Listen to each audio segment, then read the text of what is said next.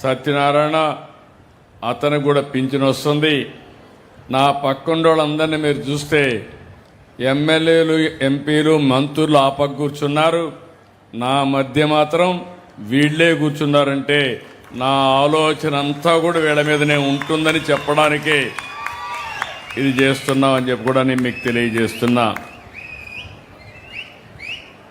ఈరోజు పేదల సేవలో పింఛన్ల పంపిణీ చామవరం నాకు ఎప్పుడూ గుర్తుంటుంది. నాకు మొదలు తారీఖు వస్తానే గుర్తొచ్చేది పేదలకి ఏం చేయాలి, ఎట్లా మిమ్మల్ని పైకి తేవాలని ఆలోచిస్తాను. అదే సమయంలో ఈ తుని నియోజకవర్గం ఒకప్పుడు తెలుగుదేశం పార్టీకి కంచుకోట. ఆ రోజు యనమల రామకృష్ణ గారి యొక్క ప్రాతినిధ్యం.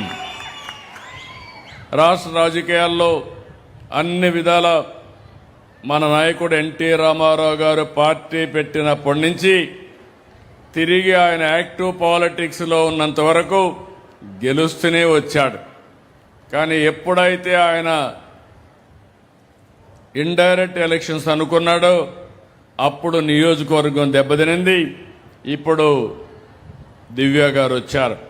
నాకు ఏమాత్రం అనుమానం లేదు, రాబోయే రోజుల్లో తుని నియోజకవర్గం తెలుగుదేశం పార్టీకి కంచుకోటగా, ఎన్డీఏకి కంచుకోటగా ఉంటుందని చెప్పి నేను మీకు తెలియజేస్తున్నా. ఈ నెలే 4వ తేదీ ఎన్నికల ఫలితాలు వచ్చాయి. ఈ నెలకు ఒక విశిష్టత ఉంది, ఒక హిస్టారికల్ మంత్ ఇది. ఆ రోజు మీరందరూ చూశారు, ఒక విధ్వంస పాలన, నవ్వాలంటే నవ్వడానికి కూడా వీలు లేని పరిస్థితి, ఎవ్వరు కూడా ఫ్రీగా తిరగలేని పరిస్థితి. ఇప్పుడు మీరు ఇక్కడికి వచ్చారు, చాలా ఫ్రీగా ఉన్నారు.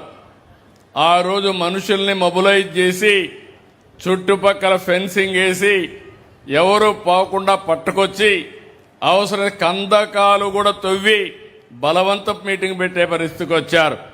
మీ మనసుల్లో మేము ఉండాలి, కానీ బలవంతం చేస్తే ఎవ్వరూ సహించరని మరొక్కసారి మీ అందరికీ తెలియజేస్తున్నా. అందుకే ఆ రోజు నేను మా మిత్రుడు పవన్ కళ్యాణ్ గారు ఆలోచించాం. ఆ రోజు పవన్ కళ్యాణ్ గారు ఒకే మాట చెప్పారు, ప్రభుత్వ వ్యతిరేక ఓటు చీలడానికి వీలు లేదు, ఈ రాష్ట్రాన్ని పునర్నిర్మాణం చేయాలి, ఆ బాధ్యత నేను కూడా సహకరిస్తా, ఇద్దరం కలిసి పనిచేయాలని మొట్టమొదటిసారిగా పొత్తు అనౌన్స్ చేసిన వ్యక్తి పవన్ కళ్యాణ్ గారు అని చెప్పి కూడా నేను మీకు తెలియజేస్తున్నా. ఇంకో పక్కన ప్రధానమంత్రి నరేంద్ర మోడీ గారు ఆ రోజు బీజేపీ ముందుకొచ్చారు.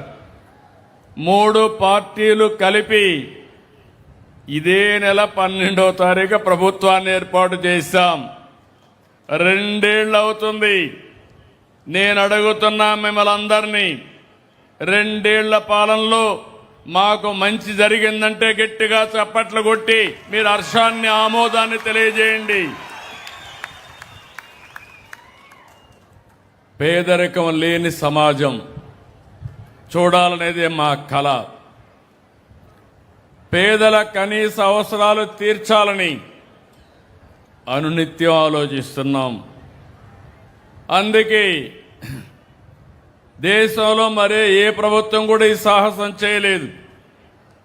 10 లక్షల కోట్ల రూపాయల అప్పులు, బకాయిలు 1 లక్ష కోట్లు.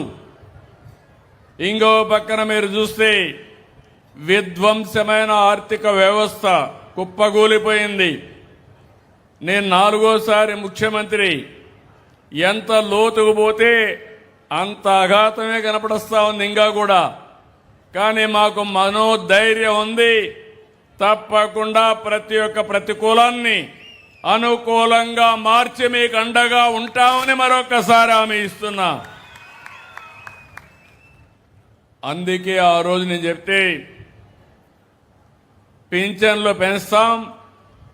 పింఛను ఏప్రిల్ నుంచి, నేను ముఖ్యమంత్రి అయింది 12వ తారీఖు ఈ నెల, ఏప్రిల్ మే కూడా కలిపి మీ అందరికీ పింఛన్లు బకాయిలు కూడా ఇచ్చిన ఘనత ఎన్డీఏ ప్రభుత్వాన్ని. 4,000 రూపాయలు, 6,000 రూపాయలు, 10,000, 15,000 పూర్తిగా బెడ్కే పరిమితమైతే 15,000 రూపాయలు ఇచ్చే ఏకైక ప్రభుత్వం భారతదేశంలో ఒక్క తెలుగుదేశం ఎన్డీఏ ప్రభుత్వమే. ఇంకొక పక్క ఇప్పటి వరకు 65,887 కోట్లు ఇచ్చాం. సంవత్సరానికి 32,000 కోట్లు అవుతుంది.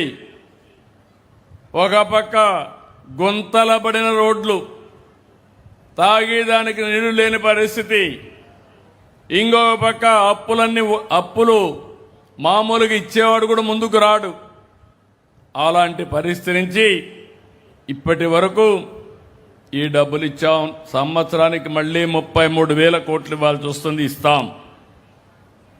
ఇంకో పక్క మనతో సమానంగా బాగుండే రాష్ట్రాలు ఉన్నాయి, ఎవ్వరూ ఇవ్వడం లేదు. నేను ఎంత శ్రద్ధ పెట్టానంటే మొదటి తారీఖు వస్తే ఇమ్మనొచ్చు, నేను కూడా బటన్ నొక్కచ్చు. కానీ నేను నేరుగా వచ్చి ఆ పేదవాడి ఇంటికొచ్చి ఇంటి దగ్గర పింఛనిచ్చినప్పుడు నా అధికార యంత్రాంగం సరిగా పనిచేస్తున్నారా లేదా అని ఎప్పటికప్పుడు సమీక్షించినప్పుడు ఉండే ఆనందం మామూలు అప్పుడు రాదని చెప్పి కూడా నేను మీకు తెలియజేసిన. బటన్ నొక్కితే ఆ ఆనందం ఉండదు, పైశాచిక ఆనందం ఉంటుంది. అందుకే ఈరోజు మీరు చూసినప్పుడు ఇక్కడ మీరందరూ